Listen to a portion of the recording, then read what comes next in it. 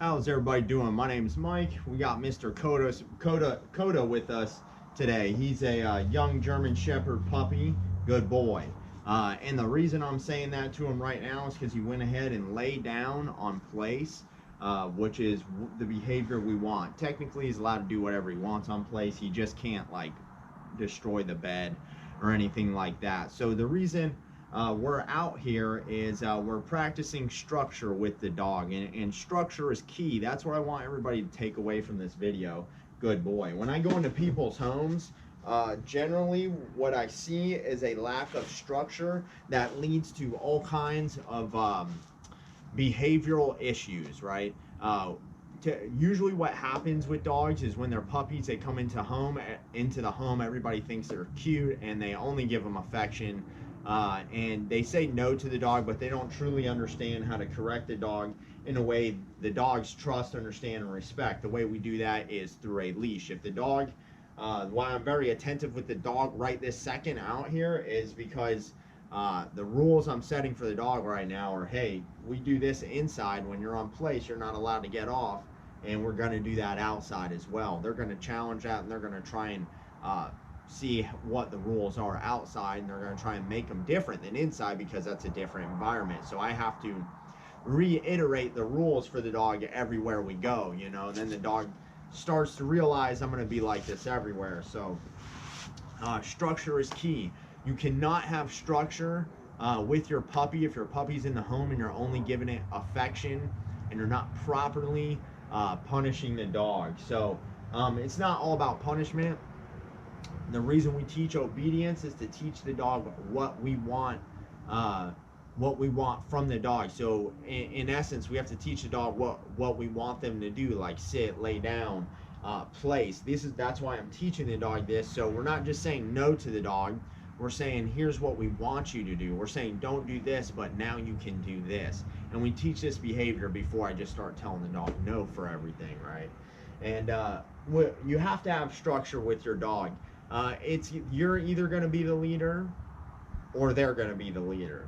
And if you allow them to climb all over you, climb all over the furniture, sleep in your bed, if they don't have rules like they have to sleep in their own crate or they have to remain on their own furniture, they can't be on your furniture, those are the big differences in the home that are going to make the dog look at you as a leader or a follower. So there's a lot of reasons to have structure with your dog. People feel that they have a lot of structure with their dog, and then they don't realize what at least I consider real dog training is, which is this: teaching the dog to use their own furniture, to be quiet in the crate, to not go after my hand every time I'm near his face.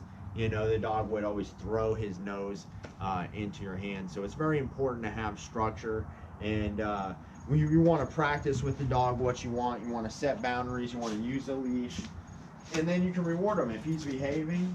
Okay, he gets to come off a place. Let me just make sure I'm in frame. So he can come off a place.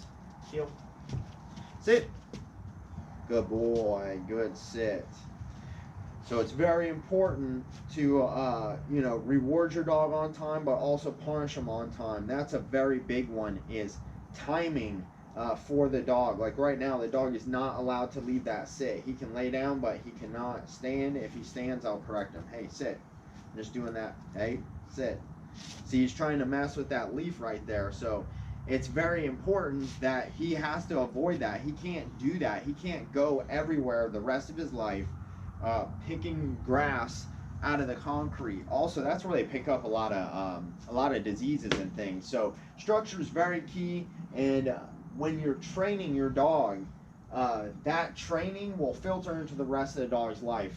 A lot of times people are not worried about the dog knowing how to sit like this and not break that sit, but then they complain the dog jumps on people, it does this, it does that. Well, if you teach your dog all these leash skills, heeling, sitting, and holding those positions, then they actually become a very stable dog, and that's when you can have control over them to not do all the other annoying things that people call me for, which is biting, jumping, knocking people down, just being pushy in general, stealing food, chewing on furniture, being destructive, barking, not being quiet, And it's very hard to groom dogs that move around. As you can see, this dog's pretty sensitive when I touch him.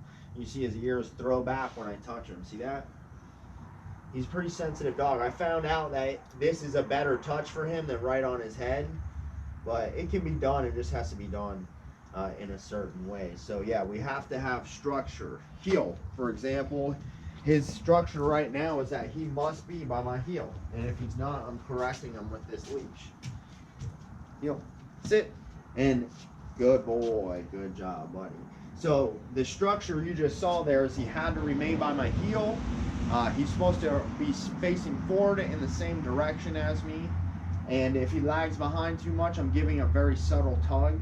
And he also cannot sniff the ground. So all those rules were just set on him in that short walk. But if you're a regular owner that doesn't understand how to do these things, which most trainers don't even understand these simple concepts, then your puppy is going to be extremely excited, and you're going to see a bunch of symptoms of the dog not having the proper leadership, which is going to look like a lot of excitement. The dog's going to bite, bark, or lunge. You know, the dog's going to do very annoying behaviors, and they can even become neurotic with those behaviors. Good job, buddy. Sit. See how he's doing a really good job? See, I put these rules on him. Now he's actually leaving that grass alone and the pavers. So I pointed to it. That's why I went after it. But he's leaving it alone as I correct him, as you can see. And all these rules are being set out on him. Even as he sits still right there, he has the same rules as in heel. He has to stay by my side. He can't go bite the ground. He can't sniff the ground. He's got to sit up with me. He could lay down, but he can't bite the grass. No nonsense, basically. Heel. Good job, boy. And this gets the dog used to being outside. Place.